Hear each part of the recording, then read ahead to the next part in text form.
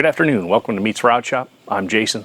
Today we're working on a new project. I'm going to be working on a 1960 F100 I've affectionately called Frank the Fridge. And what we're going to do is we're going to take a short bed step side F100 and we're going to stick it onto this 2004 Crown Vic chassis. I know a lot of people right now are screaming, well, what are you going to do with that? You can't use it as a truck. Well, I can use it for a truck around the shop, you know, picking up engine blocks, transmissions. No, I'm not going to go pull my race car with it. I don't need that. I've got an F250 with a diesel engine in there that does all my heavy hauling, heavy towing and whatnot, so I don't need this truck to act like a truck. I need this truck to act like a shop truck, which is exactly what it's going to do. So it's a rough project. I bought the truck for a few $100. It's got a lot of rust, dents, dings, no engine, no transmission. It's the perfect candidate to take the body off and throw on this Crown Vic frame. Now what a lot of the guys do is they'll take a long bed truck and they'll cut the bed down to fit the chassis. I'm not going to go that route. I wanted a short bed step side, so this frame's actually too long for that. So what I'm going to do is I'm going to Z the frame on this, and I'm going to shorten the Crown Vic chassis by about 4.7 inches, which the wheelbases, I'll put the wheelbases up here somewhere and show you what they are. But I think my last recollection, it should be about 4.7 inches shorter. So we'll Z the frame. We're going to then plate the frame where it was Z'd, shorten it up, we'll make some body mounts, and we'll start throwing this thing together. Now, as you can see, I've taken the engine and trans out. And the reason I took the engine and trans off of this chassis is it's not getting a 4R70W. It's not getting a 4.6. What this truck is going to have is this truck's going to have a 5.4 4 valve that I pulled out of a 2004 Navigator. And probably can't see it, but I got a transmission lane over here. I'm going to throw a Tremec 3650 behind that 5.4. We'll see how long it lasts. I may have to do an upgrade. But for just a running around, beating around truck, this ought to be plenty of fun and within my budget, which is right where I like it. So without further ado, let's go ahead and let's get started. All right, as you can see here, I went ahead and I took off the anti-lock brakes. I'm not going to be putting anti-lock brakes on this. We're just going to run a standard vacuum booster off the Crown Vic, no anti-lock brakes. So I cut that whole thingamajigger off. We got to go ahead, we got to pull these brake lines, because obviously if you're shorting the frame, your brake lines need to be shorter as well. We got to get these fuel lines off. Probably can't see them right here, but you got the factory pressure and return lines. We're going to get those off the frame. We got to cut some of these body mounts off, and then we're going to take some measurements, and then we'll go ahead and we'll start shortening this frame. But first off, let's go ahead, let's get these brake lines, let's get these fuel lines off the frame. All right, first things first, you can see I've got a 13 millimeter socket here. All these brackets that hold the fuel lines on, they're 13 millimeters. Hence the reason I have one. Let's go ahead and knock it out.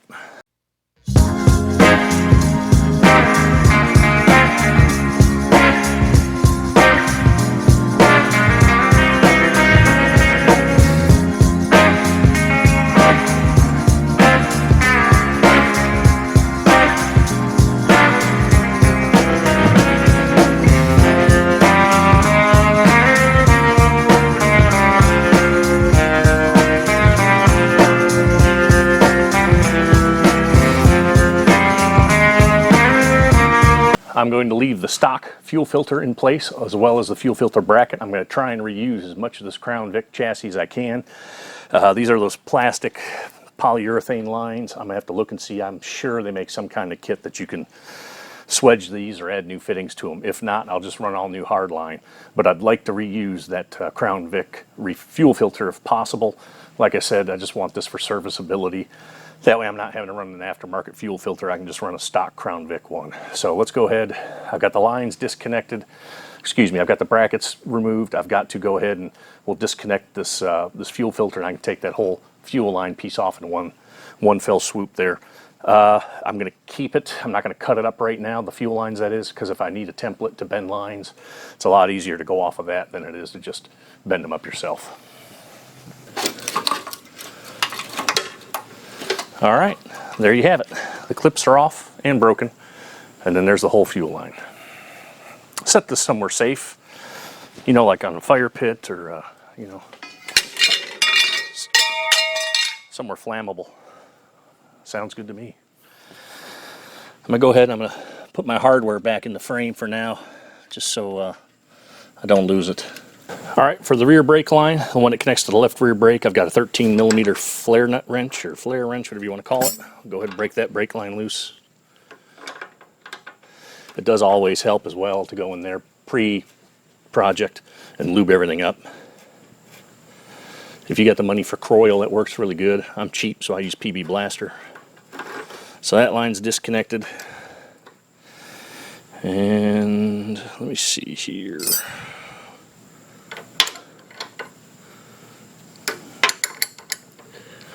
I'm going to use, I know it's the wrong size, but I'm going to use a 19/16 flare wrench, 9/16 flare wrench for the main nut, and then I'm going to use a 13mm again for that other back line. So those are now broken loose. They're disconnected. The front, as I said, is already cut loose. So we'll go ahead and we'll snatch these brake lines off in one piece. These just snap out of little clips.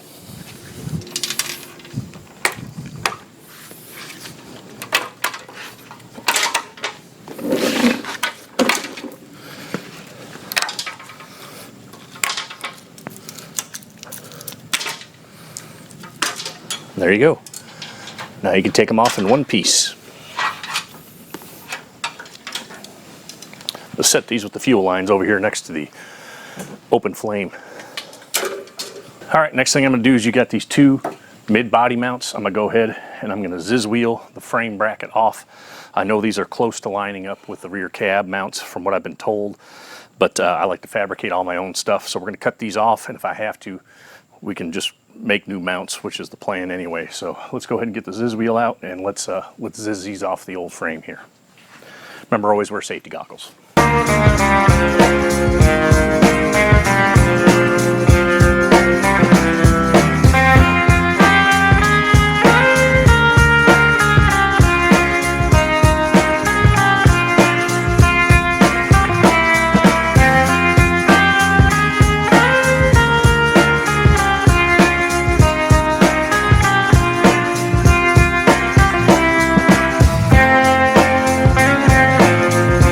Now that we have both body mounts off, we're going to go ahead and we're going to put a flat disc on here, and we're going to grind our old welds flat.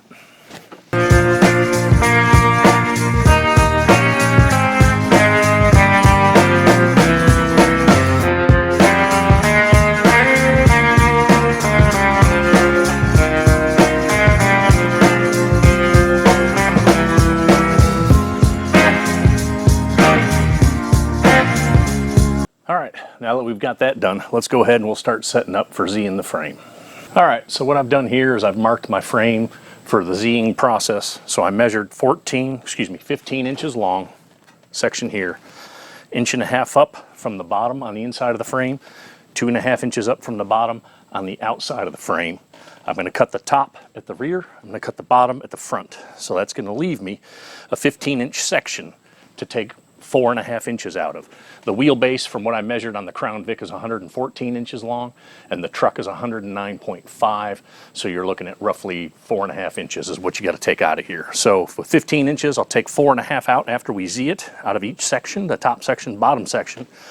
That'll shorten it 4.5 inches, which should give me the proper wheelbase length for a short bed step side F100. I've marked it on both sides. I'm going to go ahead and how I'm going to cut this. You can use a plasma cutter, I've got one. The problem is I'm not comfortable enough with my plasma cutter to make a precise cut like this, so I'm going to use the old ziz wheel and we'll cut it that way. Obviously you got to take measurements for the kerf of the blade. I didn't, but I'm telling you, you should. And remember, the best thing to do is cut twice, measure once, or something along those lines. Basically just keep cutting until it fits. So, but that's the plan. I'm going to cut up on the bottom and the front, 15 inches long, and from the top. And then that's set up for both sides. We'll go ahead and cut that. You really should level the frame out when doing that. Again, I'm not going to because I don't want to. You should though. Well, actually, you shouldn't be doing this. This is educational only. This is to show you what not to do when doing a frame. So let's go ahead and I'm going to dig into cutting this out and getting it ready to separate, shorten, and bring it back together. So make sure to wear your safety goggles.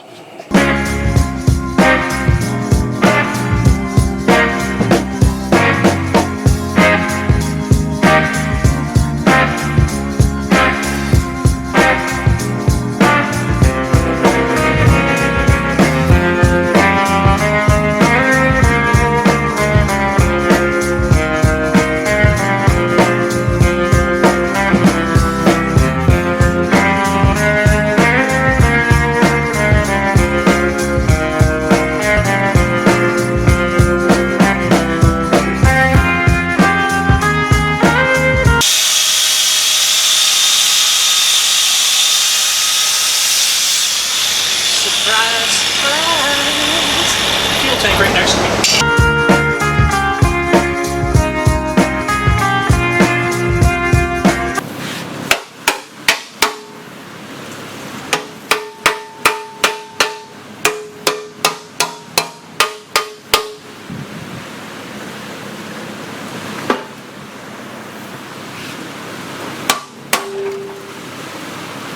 All right, as you can see, we've got the frame split. I've got it supported actually in the back on the bumper by a jack, and I've got another jack here on the transmission cross member holding it up. So what you want to do now is on the bottom piece, the long piece, you're going to take 4.5 inches off of both sides, and on the top piece, you're going to take 4.5 inches off on both sides, and that'll shrink the frame 4.5 inches. So without further ado, let's get that done. So I'm going to go ahead and mark, like I said, mark 4.5 inches across the frame. And then I'm going to use a square to go around and make sure it's all squared up.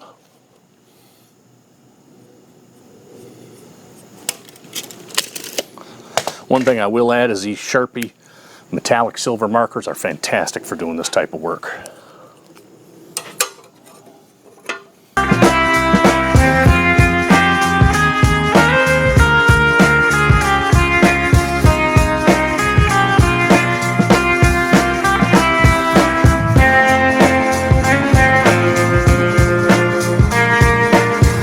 Now that you have the 4.5 inches taken out of the top and bottom piece on both sides, you want to flap disc the edges to prepare it for welding both sides. You may want to use a little weldable primer on the insides. It's not a bad thing to do. So I'll go ahead and flap disc both sides of this. We're going to put the frame back together, bring it in, we'll make some measurements and see if we can't make sure this thing's square. It shouldn't have moved, but with my luck it probably did. But that's okay. All right, we got all the paint cleaned off the frame. Let's see if we can't get this jack back together, bring it together, tack it, make some measurements, make sure everything's square. We'll burn it all in and then set it up for going ahead and plating the frame. We're gonna go ahead and bevel some of these corners, make it a little bit easier to get it together. All right, so I've got it kind of tacked in place just a little bit. What I do is I take some C-channel, I got some big C-channel, and I'll C-clamp it to the frame, top, side, to line up this side. I'll do this side as well at the same time, and I'll tack it all together. And now we're going to take some measurements to make sure we're triangulated properly. What I'm going to go off of, and it can move a little bit, but I'll go off of the top of the shock in the back and the top of the strut in the front. We'll go front to back, and then we'll go diagonally as well. And the reason for strapping the angle iron across here is you want to make sure your frame's not bent or kicked sideways. So like I said, I put the C-channel on, C-clamped it all in place, tack welded it in a few spots, same with the passenger side. And now we'll take some measurements, we'll make sure we're straight. But the big thing is you want to make sure your frame's not, you know, tented out or bowed down or kicked sideways, because the truck it'll dog walk on you. So let's take some measurements.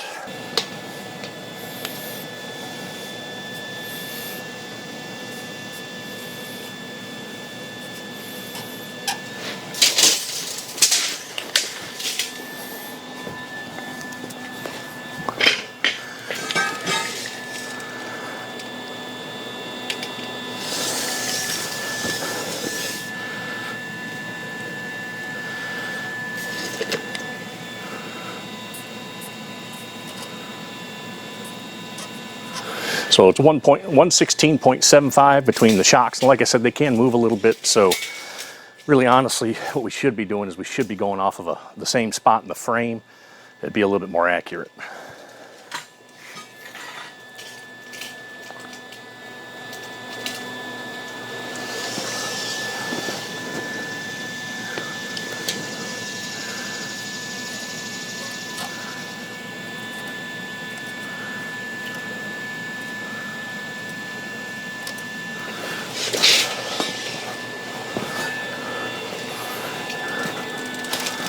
But this will get you in the ballpark.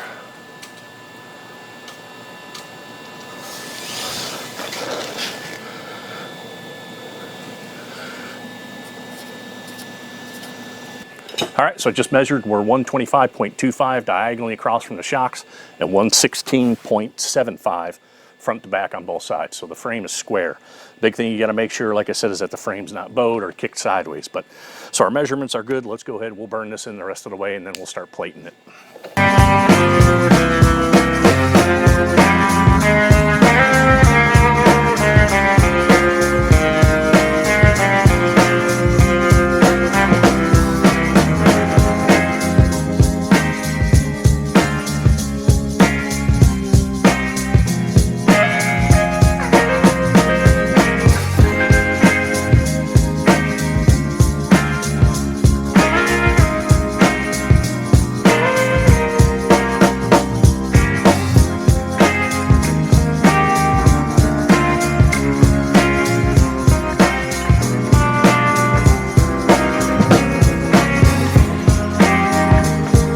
All right, so I used a 220 volt welder to go ahead and weld up these Z's on here so the frame's solid now. What we're going to do is we're going to go and we're going to flap disc all of our welds flat. That way when we box the steel in here, we plate the steel basically is what we're doing. We'll plate it and it'll be flat, it won't be held up on top of those welds. So we'll flap disc all the welds, then we'll start cutting our plate metal. We're going to bore some holes through the middle of the plate metal. That way it's just not a perimeter weld, it'll have some rosette welds in there as well. Let's go ahead and we'll flap disc the heck out of this.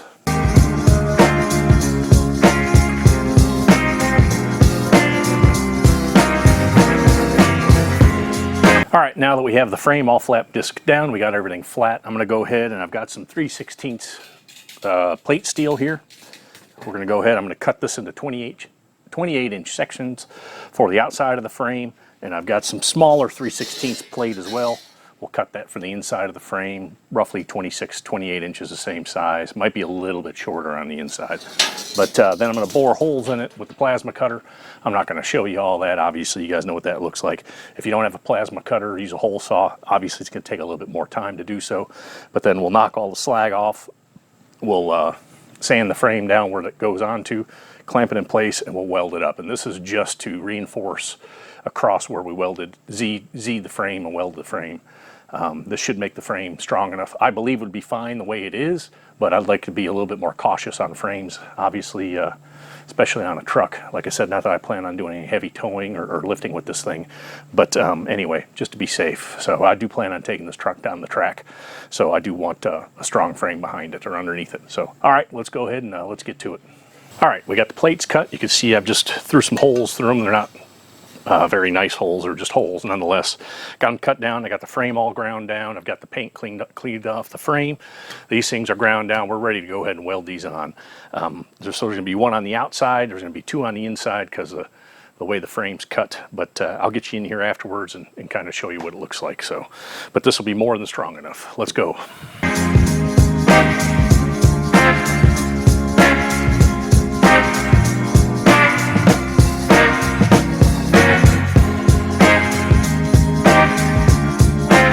All right, all the plates are on. They were rosette welded. They were perimeter welded. The chassis straight. She's ready to rock and roll. Now the only thing left now is just a little bit of finishing up. So what we'll do in the next video, not going to be this video, is we'll start pulling that 60 F100 body off of its frame and getting it centered up on here and ready to go. So that'll be a different video, but follow along with the build process if you want. But that's it. Just to give a little history on what this build's going to be, is I've got a 1960 step side short bed standard cab F100. I've got a 5.44 valve of a 2004 Navigator. I've got a Tremec 3650 out of a newer Mustang. So that's going to go in this chassis.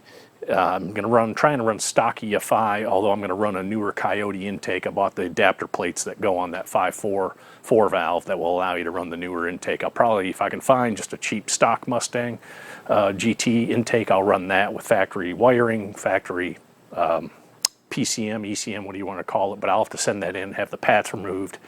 I'll probably have a little bit of tuning done to it. But this is just supposed to be a nice little beat-around truck where I can go pick up an engine block, pick up a rear end, run back and forth to the hardware store. Again, I'm not doing any heavy towing or pulling or anything like that with it. I don't own any jet skis or nothing like that, which, like they say on the internet there, they missed a perfect chance. Instead of a jet ski, why don't they call it a boat or cycle, you know? But anyway, that's really all I've got. Follow along in the build process. You know, we'll be throwing wiring at the truck. Not going to do a whole lot of body work on it because it's a beater, you know. But that's it. That's all I've got for you today. Appreciate you checking out the video. Check out my other videos. I know it's been a while since I've put anything out. You know, life gets in the way sometimes, gets a little hectic. But I appreciate you watching. I appreciate your comments. And remember, keep your head up and your stick on the ice.